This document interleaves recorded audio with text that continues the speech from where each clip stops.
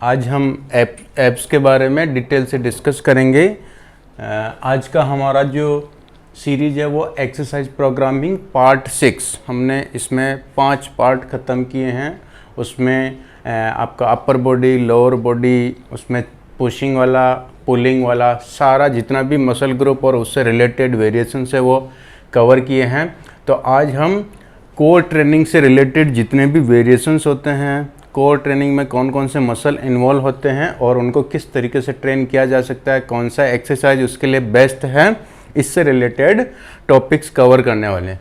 तो ये बहुत ही इंटरेस्टिंग है क्योंकि सबको एब्स चाहिए, लेकिन कोई भी इस एक्सरसाइज से रिलेटेड सारे शेड्यूल को सीरियसली नहीं लेते हैं। ओके, क्योंकि या तो रोज़ करेंगे थोड़ा थोड़ा एब्स, लाइक ज़्यादा रिपीटेशंस के साथ में, जब वर्कआउट ख़त्म हो जाएगा, कोई भी बॉडी पार्ट का वर्कआउट करें तो वर्कआउट ख़त्म होने के बाद 10-15 मिनट रोज़ वो एब्स को देंगे, या फिर एकदम ही अवॉइड करेंगे। लेकिन चाहिए सबको बड़ा एकदम मस्त कोर मसल्स दिखने चाहिए इतने वॉल्यूम के साथ में। तो ये जो एब्स का वर्कआउट है पूरा 1-1.5 घंटे का वर्कआउट होता है, वो भी हाई इंटेंसिटी के साथ में। तो आप इसको लाइटली नहीं लेंगे। जिस तरह से लेग्स को ट्रेन करते हैं, बैक बाइसेप्स को ट्रेन करते हैं, चेस्ट, शोल्डर, ट्राइसेप को ट्रेन करते हैं, वैसे ही एक सेपरेट डे आपको कोर ट्रेनिंग को देना है। इसमें जो कॉमन मिस्टेक होता है वो कि या तो इसको बिल्कुल ही अवॉइड करेंगे, या फिर एवरी डे करेंगे, या फिर ज़्यादा रिपीटेशंस के साथ में करेंगे और थोड़ा बहुत क्रंचेज किया, 1-2 एक्सरसाइज पर्टिकुलर जो सारे मसल को कवर नहीं करता है, क्योंकि इसमें 3-4 जो मसल्स होते हैं वो मेन, उनका कॉम्बिनेशन मिला के कोर ट्रेनिंग वाला एरिया कवर होता है।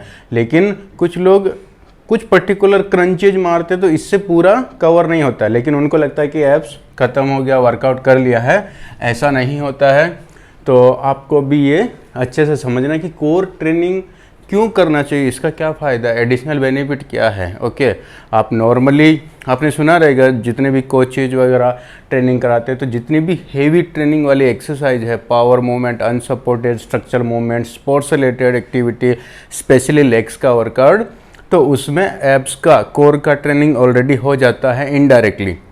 तो फिर क्यों करना चाहिए ये अलग से, इसके लिए अलग से सेशन क्यों देना चाहिए? उसका मेन रीज़न ये है कि इनडायरेक्टली ट्रेनिंग और डायरेक्टली जो ट्रेनिंग होता है उसमें बहुत फ़र्क होता है। जब भी हम कोई भी लेग्स का वर्कआउट कर रहे हैं या अनसपोर्टेड मूवमेंट कर रहे हैं, तो आपका टॉर्सो जो है कोलैप्स ना हो, उसके लिए आपका कोर मसल इंगेज रहता है, लेकिन उसको पर्टिकुलर डायरेक्टली उसके ऊपर इफेक्ट नहीं आएगा, क्योंकि जब तक किसी मसल का मतलब प्राइम मूवर नहीं होएगा, वो जब तक वो मसल खुद से उस काम के लिए इंगेज नहीं होएगा, उसमें वो कॉन्ट्रैक्शन एक्टिवली नहीं होएगा, तब तक उसमें माइक्रो ट्रामा नहीं होएगा, हाइपरट्रोफी नहीं होएगा, उसका वॉल्यूम नहीं बढ़ेगा। तो जिन आपने देखा कुछ लोगों के एब्स दिखते हैं लेकिन पतले पतले एब्स होते हैं, किसी का इतना थिक वाला आपको रेक्टस एब्डोमिनल दिखेगा, इतने बड़े बड़े एब्स वॉल्यूम के साथ में। तो उसका यही रीजन होता है कि अगर आपका कोर मसल से रिलेटेड जितने भी दिखने वाले मसल्स हैं, चाहे आपका ऑब्लिक्स हो गया, ये आगे वाला हो गया, पीछे वाला क्वाड्रेटस लंबरम हो गया, इनका कितना अच्छा एक्सपोजर और कितना वॉल्यूम होएगा डिपेंड करता है आपने डायरेक्ट ट्रेनिंग कितना किया है। तो डायरेक्ट इस मसल को यूज करेंगे हाई इंटेंसिटी के साथ में, तब भी जाके उसका साइज बढ़ता है। अदरवाइज नॉर्मली अगर आपका फैट लॉस होएगा तो वैसे ही उसका ट्रेनिंग तो होएगा, दिखेगा एब्स, लेकिन वैसा वॉल्यूम में नहीं दिखेगा। ओके, तो ये आपको ध्यान में रखना है। आप एक भी बार कोर ट्रेनिंग का एक्सरसाइज स्पेसिफिकली नहीं करेंगे तो भी आपका एब्स होएगा, अगर आपका फैट परसेंटेज ड्रॉप है तो एब्स, सबकी बॉडी में एब्स होता है, सबकी बॉडी में कोर मसल्स होते हैं, लेकिन किसी का दिखता है और किसी का नहीं दिखता है। तो ये डिपेंड करता है कि बॉडी फैट परसेंटेज कितना है। ओके, तो अगर आपका सिंगल डिजिट में बॉडी फैट परसेंटेज है 8, 9, 10, 11, तो हो सकता है आपका पूरा एब्स क्लियर दिखेगा। लेकिन जैसे जैसे बॉडी फैट परसेंटेज बढ़ता जाएगा, ये जो कोर मसल्स है ये कवर्ड हो जाता है फैट की लेयर में, इसलिए दिखता नहीं। तो एब्स सबको होता है, लेकिन ज़्यादा फैट की वजह से दिखता नहीं है। और जिसका भी दिखता है, किसी का पतला दिखता है, किसी का मोटा वॉल्यूम में दिखता है, उसका रीज़न ये रहता है कि उनको कितना डायरेक्ट ट्रेनिंग मिला है। ओके, तो ये अपना एब्स से रिलेटेड हो गया। अभी एब्स में कौन कौन से मसल्स इन्वॉल्व होते हैं, ओके, ये इसमें होता है एक रेक्टस एब्डोमिनल, ओब्लिक्स हो गए आपके ट्रांसवर्सस और क्वाड्रेटस लंबोरम QL। तो ये पीछे की तरफ साइड में होता है, जहाँ पे हम बोलते हैं जैसे टायर निकल गया, ये वाला एरिया यहाँ पे वो बॉटम में होता है, वो लेटरल फ्लेक्शन कराता है आपके टॉर्सो को और स्पाइन को बैलेंस करके रखता है और साइडवेज झुकाता है पीछे से। और ये ओब्लिक्स हो गया है। ओके, ओब्लिक्स मतलब एक तो ये ऐसा तिरछा दिखता है यहाँ पे। ओके, और इसके नीचे एक और लेयर है जो थोड़ा ऐसा रहता है, तो एक ऐसा रहेगा। इसका काम है दोनों का बॉडी को ऐसा ट्विस्ट कराने का है, साइड में फ्लेक्स कराने का है, इसका भी पीछे की तरफ ऐसा फ्लेक्स कराने का है। और ये है रेक्टस एब्डोमिनल, ये आगे वाला जो मेन एब्स दिखता है ऐसा लाइन में, वो आगे वाला मसल है। तो इसका काम है आपके टॉर्सो को आगे की तरफ झुकाने का है। ओके, तो इस तरह से आपको ये देखना है। और ये जो TVS ट्रांसवर्सस एब्डोमिनल है, इसका काम है ब्रेशिंग का, मतलब हमारे स्टमक के अंदर जितने भी वाइटल ऑर्गन्स हैं वो सारे ऑर्गन्स को ऐसा कंप्रेस करके, ऐसा ब्रेश करके रखता है। ऐसा मतलब एक नेचुरल बेल्ट का काम करता है। आपने देखा है जब हम एक्सरसाइज करते हैं तो बाहर एक बेल्ट लगाते हैं, तो सेम ऐसा ही एक नेचुरल बेल्ट होता है हमारी बॉडी के अंदर डीप में, वो होता है आपका TVS। तो ये 3-4 हैं, इनको हमको कवर करना है। ओके, एक एक करके। तो और कोर मसल को ट्रेनिंग करने का सबसे बड़ा रीज़न क्या है कि हमारी बॉडी में जितने भी वाइटल ऑर्गन्स हैं, जो मेन इम्पोर्टेंट पार्ट्स हैं, वो यही एरिया में हैं। और आपने देखा रहेगा कि जितने भी अपने पूरे स्केलेटल में जहाँ पर भी बोन है और बोन के ऊपर मसल का लेयर है, तो बोन और मसल वो सब मिला के उस पूरे कंकाल को, उस पूरे स्केलेटल को प्रोटेक्ट करते हैं। लेकिन पूरी बॉडी में ये आपका एब्स वाला, ये स्टमक वाला ये आपका जो स्टमक का जो कैविटी है, ये पूरी बॉडी में एक ऐसा एरिया है जहाँ पर खोखला पार्ट है और सारे वाइटल ऑर्गन्स उसी खोखले पार्ट में एक एक करके जमा। आपने देखा रहेगा अगर आपने इंटरनेट पे कि ऐसा डिज़ाइन दिखा था ना 3D में, जिसमें एक एक को खोल के निकालते कलरफुल में, तो उसमें सारे जितने भी वाइटल ऑर्गन है, चाहे आपका लीवर हो गया, स्प्लीन हो गया, पेंक्रियाज हो गया, small intestine, large intestine, okay, आपका हार्ट हो गया, ये सारी किडनी वगैरह हो गया, ये सारा का सारा जो वाइटल ऑर्गन है उस पर्टिकुलर एरिया में है। और वही एरिया है, उसके ऊपर कोई बोन का स्ट्रक्चर नहीं है उसको प्रोटेक्ट करने के लिए। इसलिए आप देखो किधर भी अगर पंच मारेंगे, किधर भी लगेगा तो इतना पेन नहीं होगा। लेकिन जैसे स्टमक पे कोई एकदम से पंच मारने लगता तो हम कैसा एकदम प्रोटेक्ट करने की कोशिश करते हैं, क्योंकि हमको मालूम है कि ये लेयर इतना सॉफ्ट है कि डायरेक्ट वाइटल ऑर्गन को डैमेज हो सकता है।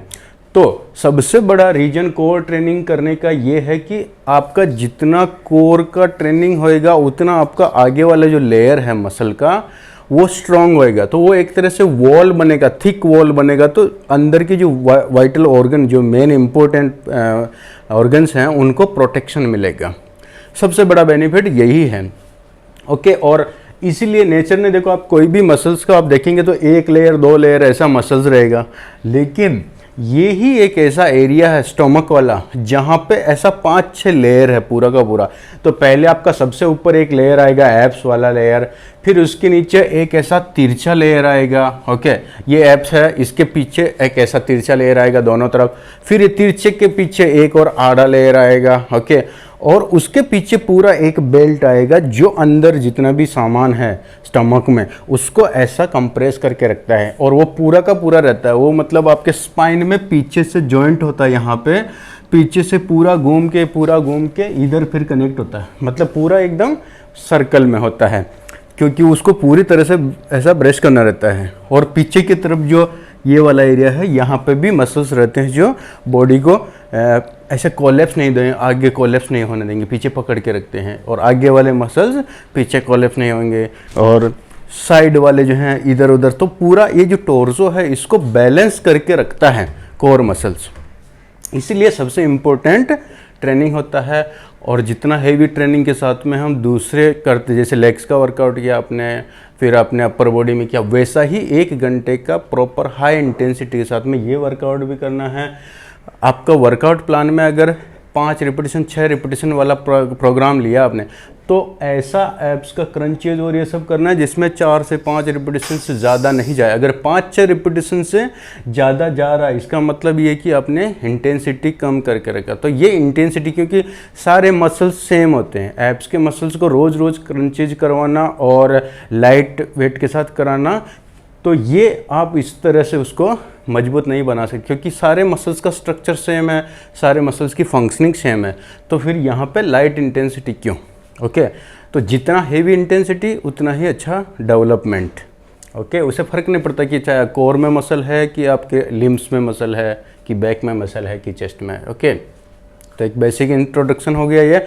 अभी हम ये देखते हैं कि कौन कौन सी एक्सरसाइज है जो ये सारे मसल्स को कवर करता है और किस तरह से इंटेंसिटी बढ़ाते हैं और कितने वेरिएशंस होते हैं और कौन सा वेरिएशन अच्छा है, इफ़ेक्टिव है। ओके, और कौन से ऐसे वेरिएशंस है जो अवॉइड करने लायक हैं। तो सबसे पहले हम लोग देखते हैं, देखिए क्रंचेज और रिवर्स क्रंचेज, ये दोनों का कॉम्बिनेशन है। क्रंचेज एक होता है फॉरवर्ड क्रंचेज, आगे से ट्विस्ट करने वाला, और एक होता है लेग रेजेज, पीछे से लेग्स को उठाते हैं। दोनों में सेम मसल काम करता है। ओके, ये आपको ध्यान में रखना है।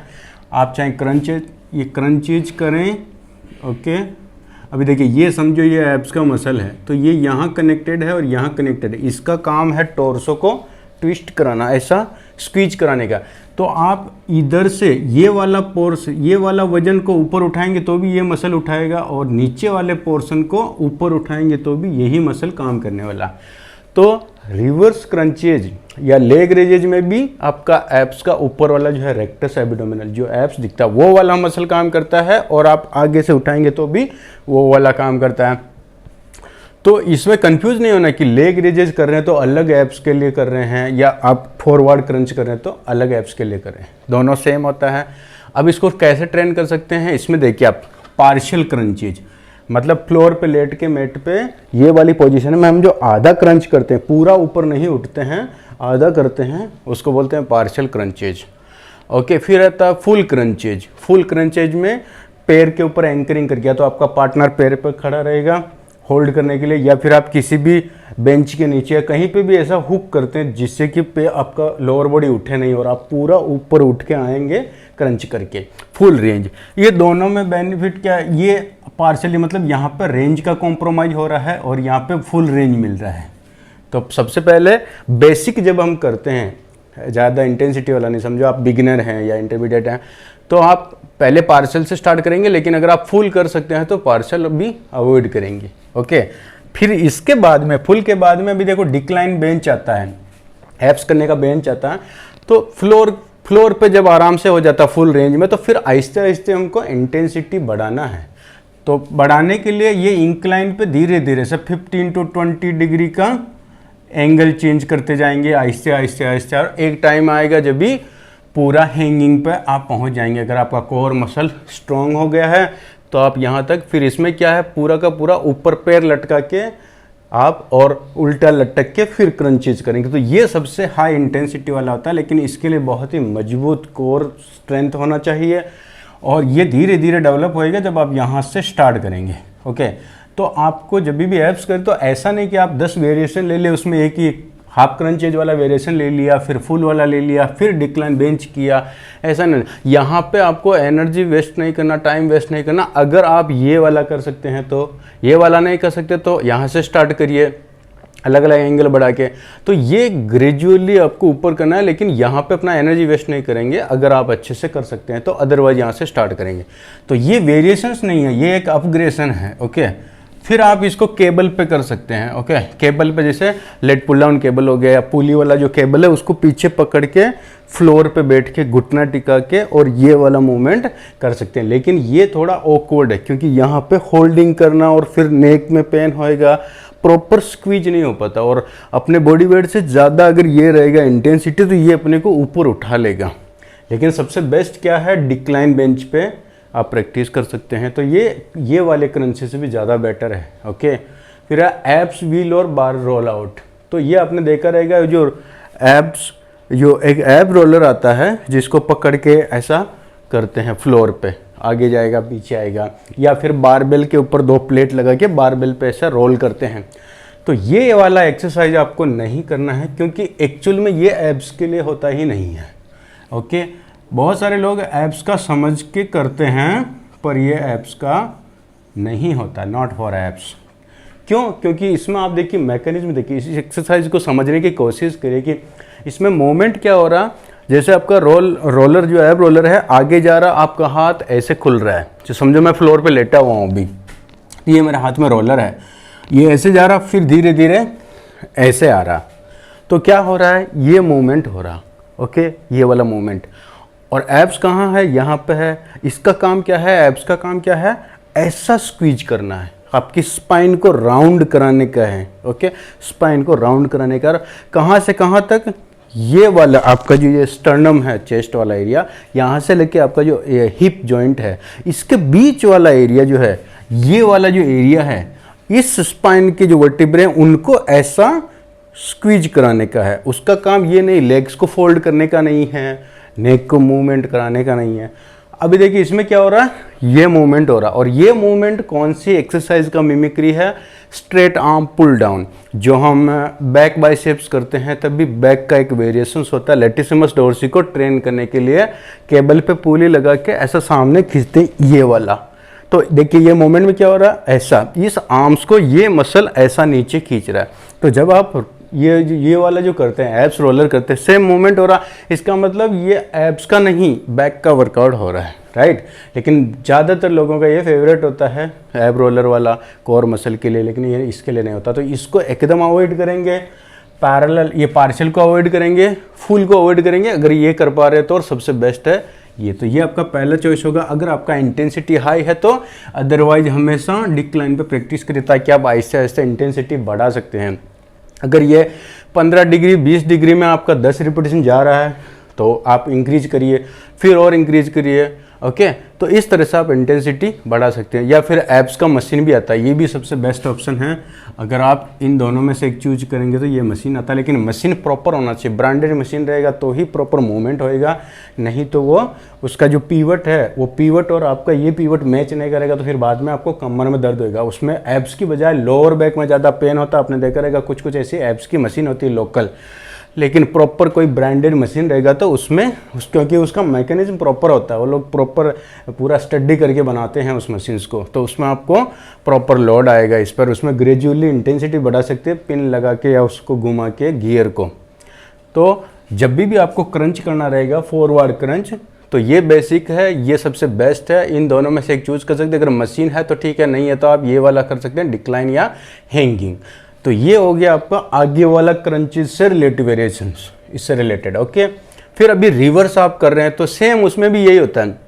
पार्शियली रिवर्स करेंगे, फिर फुल लेग्स उठाएंगे, फिर आप डिक्लाइन पे जाइए और उल्टा लेट जाइए, पीछे से पकड़ेंगे। आपका जो इंक्लाइन बेंच जो है इंक्लाइन, उसमें इधर आपका से पहले सर नीचे था, अभी सर इधर रहेगा, लेग्स नीचे रहेगा। इस तरह से आहिस्ते आहिस्ते करके आप इंटेंसिटी बढ़ा सकते हैं। और जब यहाँ तक पहुँच जाएंगे तो इसके बाद में आप हैंगिंग का प्रैक्टिस करेंगे। हैंगिंग में कैसा रहता है, या तो ऐसा स्ट्रैप्स होता है, वेट लिफ्टिंग, ये ऐसा स्ट्रैप्स होता है, शोल्डर पर डालने का पट्टी होता है जो ऊपर हुक लग के अपने आर्म्स को रेस्ट कराते हैं उस पर और फिर लेग्स उठाते हैं। दूसरा होता है मशीन जिस पे आप ऐसा पैरेलल बार डीप वाला पोजीशन लेके फिर लेग्स उठाते हैं। कैसे भी करके आपको ये वाला पोजीशन जो है इसको हुक करना है, अपर बॉडी से सपोर्ट लेना है और लेग्स को उठाना है। अब इसमें दो चीज़ है। ओके, ये बहुत ही इंपॉर्टेंट चीज़ आपको ध्यान में रखना। जब भी आप लेग रेजेस कर रहे हैं या उल्टा रिवर्स क्रंच कर रहे हैं तो उसमें जो कॉमन मिस्टेक होता है क्या होता है, देखिए समझो ये आपका अपर बॉडी, ये लेग्स है। तो ये लेग्स को जब आप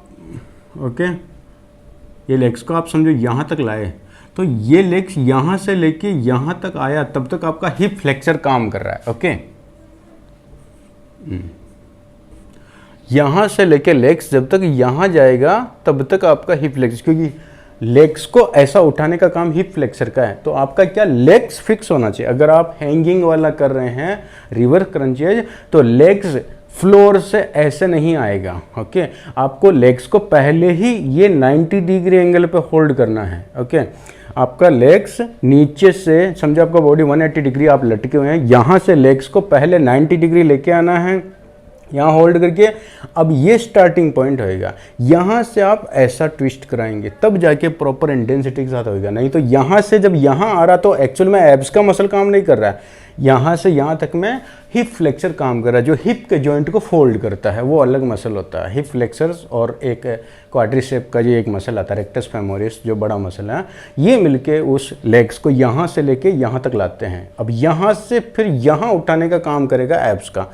तो अगर आपको हैंगिंग करना है और आप ऐसे ही पूरा लेग हिला रहे हैं तो वो गलत है। इसका मतलब आपका इंटेंसिटी इतना है ही नहीं, पर आप ऐसे ही टाइम वेस्ट कर रहे हैं। इससे बेटर है कि आप मशीन पे करें, वहाँ पे भी हिप के अंदर 90 डिग्री का एंगल रखेंगे लेग हिप में, तब जाके मूवमेंट चालू होएगा। वो स्टार्टिंग पॉइंट 90 डिग्री से स्टार्ट होएगा। इस तरह से आप लेग रेजेज करके भी क्रंचेज कर सकते हैं। ओके, अब ये है बाइसिकल क्रंचेज। बहुत सारे लोग फ्लोर पे लेट के मेट पे और ऐसा साइकिल चलाते हैं पैरों से।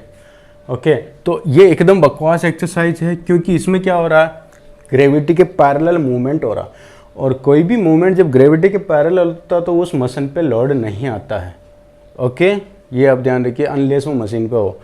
तो ये बाइसिकल क्रंचेज को एकदम बकवास, इसको अपने शेड्यूल में से हटा देंगे। ओके, फिर क्या है आगे, माउंटेन क्लाइंबिंग। माउंटेन क्लाइंबिंग में क्या हो रहा है, आपने हाथ टिका रखा फ्लोर पे और पैर को आगे पीछे कर रहे, तो उसमें क्या रहा, उसमें भी आपका पैर जो है वो ग्रेविटी के पैरेलल मूव हो रहा है, वहाँ कोई भी इंटेंसिटी नहीं है। तो ये भी आपको कट करना है, ये आपको कट करना है। ओके, अभी बारबेल रशियन ट्विस्ट। ओके, आपने देख रहे बारबेल में प्लेट लगा कि कुछ लोग ये ऐसे घुमाएंगे, ऐसे घुमाएंगे, बारबेल एक मुंह उसका नीचे रहेगा बारबेल का, कहीं पे भी वो कोने में टिका देंगे और एक पैर ऐसा ऊपर उठाया रहेगा बारबेल को और ऐसा ऐसा करते। अभी आप सोचिए इसमें मूवमेंट क्या हो रहा है, ये हो रहा, मतलब आपका आर्म्स इधर उधर जा रहा है, जबकि ये मसल किस मसल के लिए कर रहे हैं उसको भी नहीं मालूम है कि ये कौन से मसल का मूवमेंट हो रहा है। और एकदम ईजी, क्योंकि इसमें क्या हो रहा है, ग्रेविटी के अगेंस्ट मूवमेंट नहीं हो रहा, ग्रेविटी के पैरेलल मूवमेंट हो रहा है, इसलिए वो इजीली आप कितना ही वेट डाले उस पर ऐसे ऐसे घुमा सकते हैं। तो वो आपके एब्स के किसी भी मसल को टारगेट नहीं करता है। Okay, barbell Russian twist standing, ये वाला कट कर देना। स्विस बॉल क्रंचेज, बॉल के ऊपर क्रंचेज करते हैं, तो वही हो गया जैसा फ्लोर, ये वाला जो फ्लोर पे करते हैं और इस पे, लेकिन इस पे और भी ज़्यादा इजी, क्योंकि इस पे तो एटलीस्ट आपका जो टॉर्सो है, आपका बॉडी है ग्रेविटी की लाइन में लेटा हुआ है और फिर आप उठा रहे तो थोड़ा लोड आ भी रहा है। लेकिन इसमें क्या हो रहा है, स्विस बॉल में तो आप ऑलरेडी इंक्लाइन पोजीशन में रहता है, बॉडी फ्लैट नहीं रहेगा, क्योंकि वो बॉल जैसे आप बैठेंगे बॉल नीचे घुसेगा तो आपका बॉडी को ऊपर कर देगा। तो अब यहाँ से ऐसा ऐसा करेंगे तो वो वैसा होगा कि बैठे बैठे आप एब्स मार रहे हैं, तो वो ग्रेविटी के अगेन पैरेलल हो रहा, मूवमेंट टेंजेंट हो रहा, तो इसमें भी कुछ आने वाला नहीं है लोड। डबल बार लेग रेजेस। ओके, यहाँ पे क्या है ना, ऐसा बारबेल पे होल्ड करके लेग्स को उठाते हैं। ओके, जैसा कि मैंने हैंगिंग क्रंचेज में बताया है, और होल्ड करके रखते हैं। तो यहाँ पे होल्ड करके रखने में आपके एब्स को डायरेक्टली ट्रेनिंग नहीं मिल रहा है। होल्ड करने में कौन सा मसल इंगेज है, आपका हिप वाला, हिप फ्लेक्सर्स। तो हिप फ्लेक्सर को इंगेज करना और आप कर रहे हैं एब्स के लिए, तो ये भी गलत है। माउंटेन क्लाइंबिंग बॉल के ऊपर करें चाहे फ्लोर पे करें, ये पैरेलल टू फ्लोर मूवमेंट है, ये भी गलत है। ठीक है, फिर देखिए सिट एंड थ्रो बॉल। बहुत सारे लोग है ना नीचे क्रंच करते हैं, लेकिन जब उठते हैं तो हाथ में बॉल रहेगा, जैसे क्रंच करेंगे बॉल फेंकेंगे, फिर उसका पार्टनर वापस देगा, फिर लेटेंगे, फिर बॉल फेंकेंगे। तो इसमें क्या हो रहा, वो बॉल का जो मोमेंटम है उसके साथ में वो हेल्प करके ऊपर आ रहे हैं। तो पहली चीज़ तो ये है कि वो बॉल के सपोर्ट से ऊपर आ रहे हैं, तो उनको एफर्ट नहीं डालना पड़ रहा। अगर आप हाथ पीछे ब्लॉक करके बॉडी को उठाएंगे वेट को, तो एब्स पर आएगा। लेकिन अगर मैं किसी चीज़ से, जब हम कभी कभी उठते हैं ना, ऐसा हाथ करके उठते हैं तो इजीली उठ जाते हैं, और हाथ में और वेट हो तो और भी उठना इजी हो जाता है, तो वो एक तरह से चीटिंग हो गया। दूसरा, जब आप ये बॉल थ्रो वाला करते हैं क्रंचेज, तो इसमें क्या ना, टॉर्सो स्ट्रेट रहता है, और जब भी आपका जो स्पाइन है वो स्ट्रेट रह के आप उठते हैं तो एब्स काम नहीं करता। उसमें क्या काम करेगा, हिप फ्लेक्सर, क्योंकि जैसे स्ट्रेट होके मूवमेंट हो रहा, तो कहाँ हो रहा, हिप के जॉइंट में मूवमेंट हो रहा, हिप फ्लेक्शन हो रहा है, यहाँ टॉर्सो का स्क्वीज नहीं हो रहा, ये आपका जो स्पाइन है वो राउंड नहीं हो रहा। और जहाँ स्पाइन राउंड नहीं होएगा वहाँ क्रंचेज वाला एब्स जो मसल है वो काम नहीं करेगा। तो इसमें भी ये वाला भी एकदम यूजलेस है कि आप स्ट्रेट होके ऊपर आ रहे हैं। आप अगर डिक्लाइन बेंच पे भी जब ये वाला कर रहे हैं तो आपको स्पाइन को राउंड करके ऐसा रोल करके ऊपर आना है, स्पाइन को स्ट्रेट करके ऊपर नहीं उठना है। जैसे आपने स्ट्रेट किया, ये मसल है ये इंगेज नहीं होगा। इस मसल का काम ही है स्पाइन को राउंड करने का। अगर आप स्ट्रेट करके ऊपर उठ भी रहे हैं, बैठ रहे हैं, तो भी आपका हिप फ्लेक्सर काम करेगा, एब्स मसल काम नहीं करने वाला, जो एब्डोमिनल का फ्रंट वाला है, रेक्टस एब्डोमिनल। तो ये C10 थ्रो वाला बकवास। स्ट्रेट लेग बारबेल सिटअप, कुछ लोग ये भी वर्कआउट करते हैं, बेंच नीचे फ्लोर पे मैट पे लेट जाएंगे, पैर को सीधा रखेंगे, हाथ में बारबेल लेके एकदम से उठते हैं और बारबेल को शोल्डर के ऊपर लेके जाते हैं। ओके, तो जैसे लेटते हुए उठेंगे तो वो बारबेल की वजह से वो उठ पा रहे हैं। और ऊपर से सेकंड मिस्टेक क्या है, अपर बॉडी को स्ट्रेट रखा, स्पाइन को स्ट्रेट रखा। तो सेम ऐसा ही बॉल थ्रो और बारबेल से उठने वाला, दोनों में डिफरेंस नहीं है। तो अगेन फिर से ये गड़बड़ है, लोचा है। और ये हो गया हाई नील चॉपिंग, ये केबल के ऊपर ये ऐसा वाला मूवमेंट करते हैं। तो इसमें क्या, केबल का डेविएशन होता है। ओके, तो ये ट्विस्टिंग के लिए नॉर्मली ऑब्लिक को टारगेट करता है, लेकिन ये मूवमेंट प्रॉपर नहीं है क्योंकि केबल का डेविएशन होता है। केबल डेविएशन मतलब जब वो यहाँ से मूवमेंट करे तो एक तो बॉडी स्टेबल नहीं रख सकते हैं, क्योंकि लोअर बॉडी फिक्स होना चाहिए और अपर बॉडी इसे घूमना चाहिए। लेकिन उसमें क्या होता है, लोअर बॉडी पूरा हिप भी घूम रहा है, तो मतलब पूरा बॉडी तो घूम ही रहा है। तो कहाँ मूवमेंट हो रहा है, एंकल जॉइंट में मूवमेंट हो रहा है, यहाँ ये नहीं हो रहा है। ओके, और दूसरा जब आप स्विंग करते हैं तो वो एक तरह से चीटिंग है।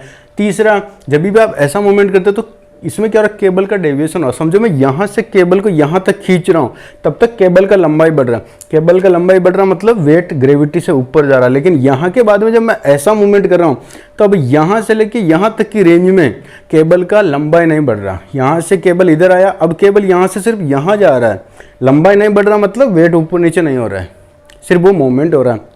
इसको बोलते हैं केबल का डेविएशन। मतलब केबल डेविएट हो रहा है लेकिन वेट ऊपर नीचे नहीं हो रहा। जब ऊपर नीचे नहीं हो रहा तो लोड नहीं आ रहा है। ओके, तो इस तरह से आपको ये वाला भी हटा देना है, कुछ यूजफुल नहीं है। और ये बैंड, अपना थेरा बैंड के साथ में रिवर्स क्रंचेज करते हैं।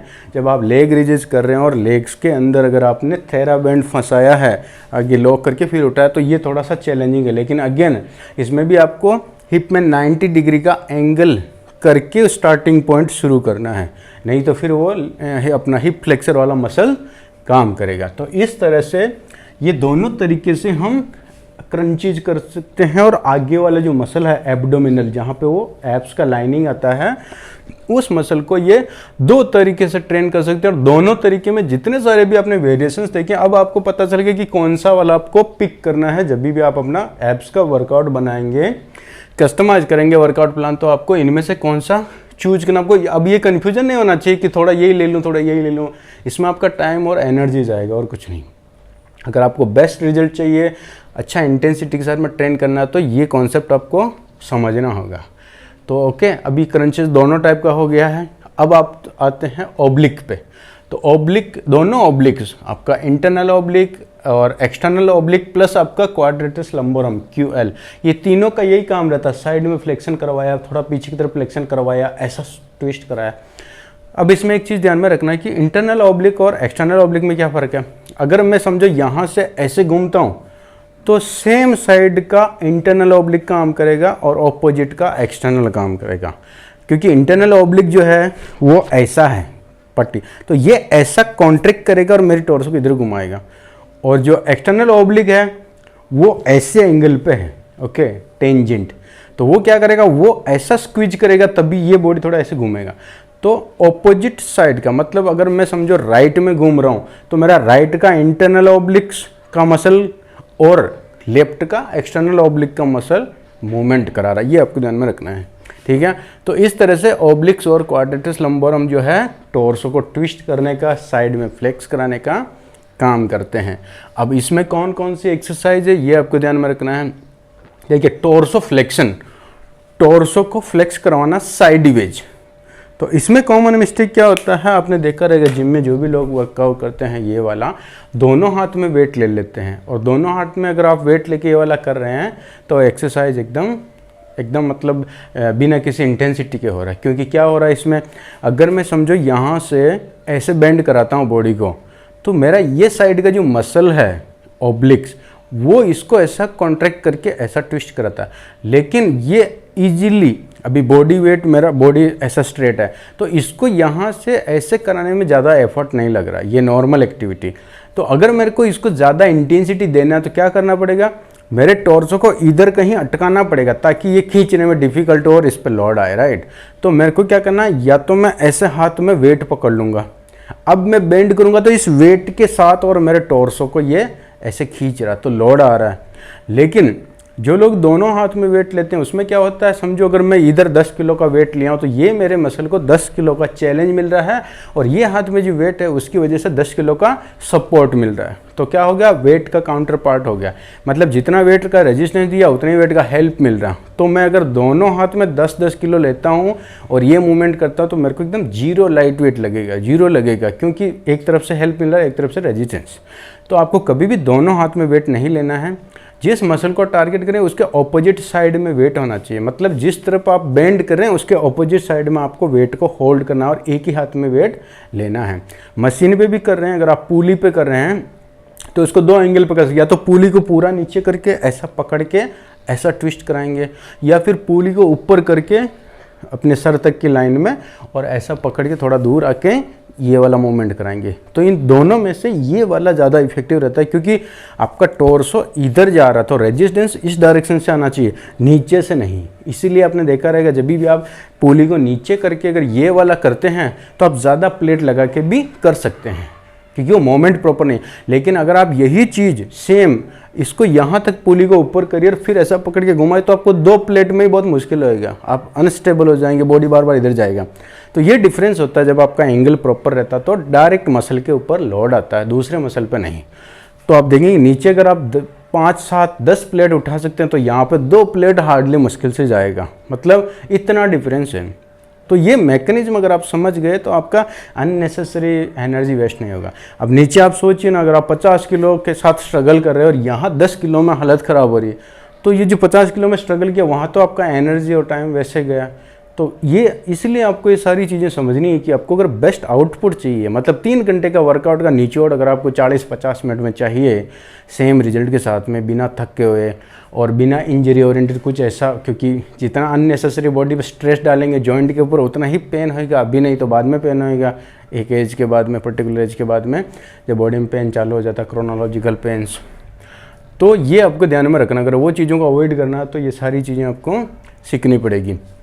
तो हाँ, अभी हम बात कर रहे थे ये वाला साइड वाले की, तो इसको इस तरह से कर सकते हैं, केबल पे कर सकते हैं, हाथ में डंबल लेके कर सकते हैं, केटल बेल लेके भी कर सकते हैं, किसी भी टाइप का रेजिस्टेंस आपको मिलना चाहिए। थेराबैंड हो गया, जो भी आपके पास अवेलेबल है। अगर आप जिम में है तो सबसे बेस्ट ये वाला, कुछ नहीं है तो सबसे बेस्ट होता है कि बेंच के ऊपर अपने पार्टनर को बोल के पैरों पे एंकरिंग कराएंगे, पैर के ऊपर पार्टनर बैठ जाएगा, आपका हाफ टॉर्सो नीचे रहेगा, टॉर्सो वाला एरिया नीचे रहेगा, बेंच से साइडवेज लेट जाएंगे ऐसा साइड प्लैंक जैसा, और पैर पे वो एक जन बैठ जाएगा, तो फिर आप ऐसा वहाँ से ये वाला मूवमेंट करेंगे बेंच पे लेटे हुए। तो ये एक तरह से इसको टारगेट करें, क्योंकि पूरी टॉर्सो का वजन जो है इस मसल को ग्रेविटी की लाइन में, ग्रेविटी के अगेंस्ट उठाना पड़ रहा है, राइट। तो सबसे बेस्ट वाला जो ये वाला करते हैं, ये एक ऑप्शन आपके पास है बेंच वाला, तो उस पर आप ट्राई कर सकते हैं बेंच पे।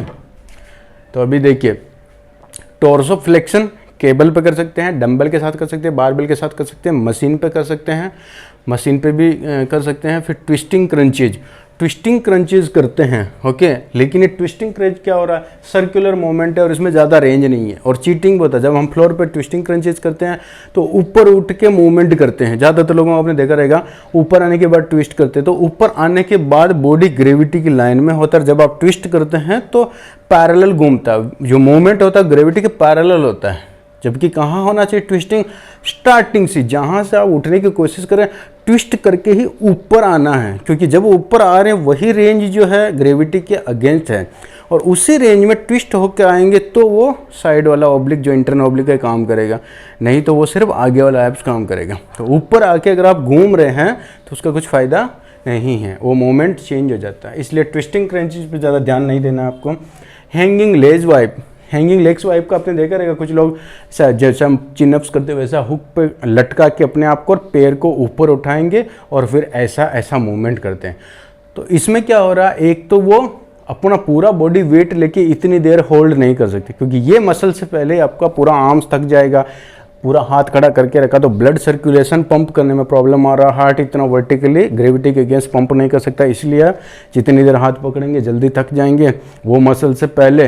दूसरा, जब आप मूवमेंट करते हैं तो मूवमेंट ये टोर्सो में ट्विस्ट होने की बजाय शोल्डर जॉइंट में ट्विस्ट होता, पूरा बॉडी एक साथ ऐसे ऐसे घूम रहा, शोल्डर के जॉइंट के बाजू में शोल्डर नहीं घूम पा रहा क्योंकि आपने हाथ पकड़ के रखा है, बाकी पूरा बॉडी घूम रहा। तो वो मूवमेंट कहाँ होना चाहिए, कमर में, हो कहाँ रहा, शोल्डर में। तो ये भी आपको ध्यान में रखना है कि वो प्रॉपर पोजीशन नहीं है, बहुत ही ऑकवर्ड पोजीशन है। तो इतना डिफिकल्टी से क्यों करना अगर आपके पास ईजी में अवेलेबल है ट्विस्टिंग करने वाला, राइट। तो ये हैंगिंग लेग्स वाइप को भी हटा देंगे, ओके। फिर टॉर्सो रोटेशन में जैसे आप ये टॉर्सो रोटेशन को भी आप केबल पे कर सकते हैं, देखिए विथ और विदाउट बॉल।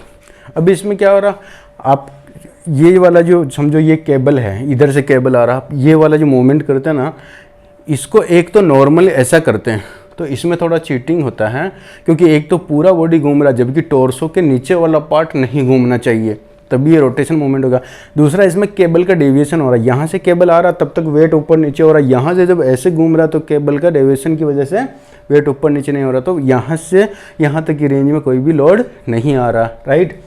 तो इसमें क्या करना है, इसका 2 ऑप्शन है, आप बेंच पे बैठ जाएंगे और फिर एल्बो की लाइन में पुली को नीचे करेंगे और फिर बॉल पकड़िए, स्विस बॉल जो होता है, और बॉल के चारों तरफ वो केबल को लेटाए, जो केबल हम पकड़ रहे हैं ये वाला, इसको उस पर ऐसा रोल करिए, बॉल पकड़ के फिर केबल पकड़िए, फिर अगर आप घूमते हैं तो जो बॉल है वो डेविएशन को रोकेगा, वो वैसा ही काम करेगा जैसा मशीन के ऊपर जो पुली होता है, वो पुली से कैसा घूम के आएगा और लोड देगा बराबर, डायरेक्ट आएगा तो डेविएशन होएगा। लेकिन वो क्योंकि जब भी आप बॉल को पकड़े हैं और उसके पीछे से आपने केबल को पकड़ा है ऐसे, तो जैसे आप घूमते हैं तो वो केबल उस बॉल के साथ साथ घूमता है तो वो लंबाई बढ़ जाती है केबल की, तो उसकी वजह से कंटिन्यूस टेंशन मिलेगा यहाँ से लेके यहाँ तक की रेंज में। अगर बॉल नहीं रहेगा तो यहाँ से यहाँ रेंज में टेंशन, फिर ये डेविएशन, तो वो केबल पे बॉल को पकड़ेंगे ना ऐसे तो आप डेविएशन को रोक सकते हैं। तो ये थोड़ा मैकेनिज्म चेंज होने से वो ज़्यादा इफेक्टिव हो जाता है। तो पहला ऑप्शन तो ये है कि केबल पे आप बॉल के साथ में करेंगे, विदाउट बॉल नहीं। फिर है टॉर्सो ट्विस्टर, सबसे बेस्ट ऑप्शन है ये वाला, सबसे बेस्ट ऑप्शन है, ओके, ऑल टाइम फेवरेट। ये बहुत कम मशीन में होता है, मतलब सॉरी बहुत कम जिम में ये मशीन होता है ट्विस्टिंग, आपने देखा रहेगा ऐसा ट्विस्ट करने वाला, घुटने टिका के पैड पे ऊपर से पकड़ के फिर टॉर्सो को ऐसा मूव कराते हैं।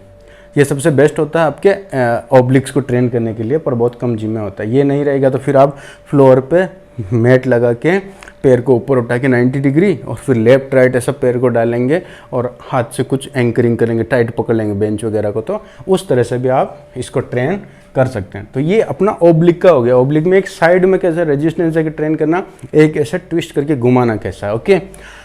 तो ये मेन जो हो गया, एक तो क्रंचेज कवर हो गया, फिर एक आपको ओब्लिक हो गया। अब बचता है प्लैंक। प्लैंक में ध्यान में रखना है, प्लैंक जो होता है, प्लैंक और प्लस ये जो ना front plank plus side plank. तो प्लैंक जो होता है अलग अलग प्लैंक्स नहीं होते हैं, ओके। अब ये जो प्लैंक को साइड वाला प्लैंक और फ्रंट वाला जो प्लैंक करते हैं, ये दोनों सेम ही होता है, क्योंकि ये प्लैंक में क्या हो रहा है, एक ही मसल है, ठीक है। समझो ये एक बंदा है, ओके। अब ये इसका जो कमर है ये पूरा ऐसा सर्कल में है, तो मतलब ये पूरा एक ही बेल्ट है, एक ही मसल है जो पीछे स्पाइन से कवर होके लगा है। समझो इसका पहला मुंह यहाँ पे स्पाइन पे है, वहाँ से पूरा घूम के आ रहा और इधर जा रहा। तो आपका जो कमर है उसका जो बेल्ट है वो पीछे स्पाइन से इधर से कनेक्ट होके पूरा आगे घूम के फिर इधर कनेक्ट हो रहा। तो उसको उस पूरे बेल्ट को एक साथ ट्रेन नहीं कर सकते हैं, उस पूरे मसल को एक साथ लोड नहीं डाल सकते हैं, इसलिए इसको 3 पार्ट में किया जाता है। तो क्या करेंगे, पहले हम फ्लोर पे सीधा लेट जाएंगे प्लैंक पोजीशन में। तो उसमें क्या हो रहा, सामने वाला जो बेल्ट है, सामने वाला जो एरिया है बेल्ट का, उस पर लोड आ रहा। तो पहले हम आगे वाला पार्ट कवर करेंगे, फिर एक साइड लेटेंगे तो ये वाला पार्ट कवर हो जाएगा, और फिर दूसरी साइड लेटेंगे तो ये वाला। तो साइड प्लैंक जब दोनों तरफ करके और आगे वाला करते तभी इसका एक सेट काउंट होता है। तो कुछ लोग ये अलग अलग वेरिएशन ले लेते कि साइड प्लैंक अलग वेरिएशन हो गया, सामने वाला अलग हो गया। ऐसा नहीं है, ये पूरी एक बेल्ट है, लेकिन इस बेल्ट को एक साथ कवर नहीं किया जा सकता है, इसलिए आपको 3 पार्ट में कवर करना रहेगा। पहले ये साइड किया, सामने किया, ये साइड किया, या फिर आप पहले सामने वाला करके फिर दोनों साइड कवर कर लीजिए। तो तीनों मिला के एक सर्कल बनता है, एक पूरा साइकिल कंप्लीट होता है। इसलिए आपको जब भी प्लैंक करते हैं तो प्लैंक के साथ में साइड प्लैंक जरूरी है। ओके, अब इसमें एक तो नॉर्मल प्लैंक होता है, फ्लोर के ऊपर आप मैट पे ऐसा पोजीशन लेते हैं। प्लैंक किस तरह से किया जाता है, क्या कॉमन मिस्टेक होती है, कैसा करेक्ट फॉर्म होता है, कैसे इंटेंसिटी बढ़ाते हैं, इस प्लैंक के ऊपर मैंने एक सेपरेट वीडियो बनाया है। आप एब्स एक्सरसाइज की प्ले लिस्ट में जाके देखेंगे तो आपको पूरा डिटेल में एब्स की ट्रेनिंग के प्लैंक वाले वर्कआउट में आपको एकदम अच्छे से समझ आ जाएगा। ओके, तो ये नॉर्मल प्लैंक हो गया। फिर एक क्रॉस लिम्ब हो गया। क्रॉस लिम्ब में क्या, अगर नॉर्मल इजीली हो रहा है तो आप क्या करेंगे, इंटेंसिटी बढ़ाने के लिए क्रॉस लिम्ब लिफ्ट करेंगे। तो मतलब ऐसे प्लैंक पोजीशन में एक हाथ और एक ऑपोजिट वाला लेग दोनों को हवा में रखेंगे। ओके, थोड़ा सा उठा के पैरेलल होना चाहिए। ये इसका भी एक अलग से वीडियो, एडवांस प्लैंक के नाम से एक वीडियो है जिसमें आपको बताया गया कि आप ऐसा क्रॉस लिम्ब में प्लैंक कैसे करते हैं। ओके, तो नॉर्मल प्लैंक हो गया। फिर क्रॉस लिम्ब में एक हाथ और एक पैर उठा के प्लैंक करते हैं, उसको बोलते हैं वेटेड, मतलब आप ऊपर कमर पे वेट रख के भी कर सकते हैं। ओके, ऑन बॉल के ऊपर भी प्लैंक कर सकते हैं स्टेबिलिटी के लिए, ऐसा एल्बो टिका के और पीछे बेंच पे पैर रख के, मतलब बॉडी पोस्चर जो है ना पैरेलल होना चाहिए। ऐसा नहीं कि आपने इधर बॉल पर रख दिया और पीछे फ्लोर पे पैर है तो वो इंक्लाइन पोजीशन हो जाएगा। प्लैंक में पोजीशन पैरेलल होना चाहिए। अगर आपने इधर बॉल पर रखा है पैर तो हाथ आपका बेंच पे, अगर बेंच पे पैर रखा तो आपका बॉल हाथ पे, पैरेलल। ओके, तो ये अपना हो गया है, ठीक है, वेटेड हो गया, बॉल पे हो गया। साइड प्लैंक जो इसका एक पार्ट है, साइड प्लैंक को भी इसी तरह से इंटेंसिटी देंगे। पहले फ्लोर पे नॉर्मल साइडवेज लेट जाएंगे, फिर थोड़ा सा हाइट बढ़ाएंगे पैर की तरफ, फिर उसके बाद में डंबल को पकड़ सकते हैं, ऐसा कमर में कोई भी वेट पकड़ सकते हैं। इस तरह से आप इंटेंसिटी, या फिर बॉल पे साइड से लेट जाएंगे और एक तरफ बेंच पे पैर रखेंगे। तो जिस तरह से इसका इंटेंसिटी बढ़ेगा सेम इस तरह से इसका बढ़ेगा। एक स्टार प्लैंक होता है जो इतना वाइड हाथ रखे, लेकिन वो यूजलेस है। ये सिर्फ फैंसी वर्कआउट है स्टार प्लैंक। इसमें क्या हो रहा है कि प्लैंक तो आप कर रहे हैं लेकिन स्टांस इतना वाइड ले लिया, ऐसा मतलब वाइड कर लिया, तो अब इसमें क्या हो रहा है, ये और ना फिसले, इसके लिए कौन सा मसल काम कर रहा है, चेस्ट। तो चेस्ट के मसल पे अननेसेसरी लोड आ रहा है, कोर पे नहीं आ रहा। कोर पे लोड कब आएगा, जब आपका पोजीशन स्टेबल है और फिर आप नीचे कोलैप्स होने के चक्कर में, समझो अगर मेरे पीठ पे कोई खड़ा हो जाता और मेरा पोजीशन प्रॉपर है, मैंने प्रॉपर एंकरिंग किया और फिर कोई खड़ा हो रहा तब मेरे पीठ को दबा रहा, लेकिन मैंने ऐसा पोजीशन लिया और कोई दबाएगा तो धच करके मैं नीचे गिर जाए, क्योंकि यहाँ स्टेबिलिटी नहीं है। यहाँ पे मेरा चेस्ट मसल काम कर रहा है, मेरे ये और इधर नहीं जाए इसके लिए ये इंगेज होकर रखा। लेकिन अगर इसको यहाँ करता हूँ तो अभी ये कैसा एक पिलर जैसा काम करा, पीछे से कोई भी कितना धक्का मारेगा पिलर बन गया। लेकिन इसको वाइड किया और पीछे से कोई धक्का मारा तो ये और वाइड हो जाएगा, कोलैप्स हो जाएगा। तो ये फैंसी वर्कआउट आपको नहीं करना, स्टार प्लैंक। फिर इसके बाद में डंबल, केटलबेल, प्लैंक, स्विप्स, ये होता है जिसमें प्लैंक की पोजीशन ले लिया आपने और एक हाथ से पहले डंबल को इधर खिसकाया फिर इधर खिसकाया, वो थोड़ा ढक्कन गिरे हो गया। लेकिन ये आपको नहीं करना है क्योंकि इसमें प्लैंक से ज़्यादा आपका शोल्डर का मूवमेंट हो रहा है, तो वो कोर मसल को टारगेट नहीं करता, तो ये भी आपको नहीं करना है। तो सबसे बेस्ट क्या है, नॉर्मल प्लैंक करिए। इस पर इंटेंसिटी बनाने के लिए या तो एक पैर एक हाथ ऊपर कर सकते हैं या फिर पीठ के ऊपर वेट डाल सकते हैं, ये सबसे बेस्ट है। ओके, या फिर बॉल के ऊपर कर सकते हैं, आपके पास इतने सारे ऑप्शंस हैं। तो प्लैंक तीनों मिला के, साइड प्लैंक प्लस फ्रंट मिला के 3 पोर्शन में करेंगे, 3 पोर्शन में तभी जाके एक साइकिल कंप्लीट होगा। ऐसा 2 से 3 सेट मारना है, वो हम आगे बढ़ाएंगे, आने वाले वीडियो में बताएंगे कि कितना कैसा आपका वर्कआउट प्लान रहेगा। तो अभी आज की इस वीडियो में हमने कंप्लीट किया है ये जो अपना पार्ट 6 है, ये एब्स से रिलेटेड, कोर ट्रेनिंग से रिलेटेड था। तो कोर ट्रेनिंग क्यों करना चाहिए, किस लिए करना चाहिए, क्या फ़ायदे हैं, जो नहीं करते उनको क्या नुकसान है, कौन से मसल इन्वॉल्व होते हैं, हर मसल के लिए कौन सा ट्रेनिंग है, कौन सा ट्रेनिंग बेटर है, उसमें कौन से वेरिएशंस हैं जो सबसे ज़्यादा इफेक्टिव हैं, ये सारी कहानी हमने यहाँ पे देख ली है। अब इससे रिलेटेड अगर आपको कोई भी कन्फ्यूज़न रहेगा तो आप मेरे को कमेंट बॉक्स में बताएं, फिर हम उस पर और डिटेल से डिस्कस करेंगे और ज़रूरत पड़ी तो और वीडियोज़ बनाएंगे। Okay guys, thank you so much.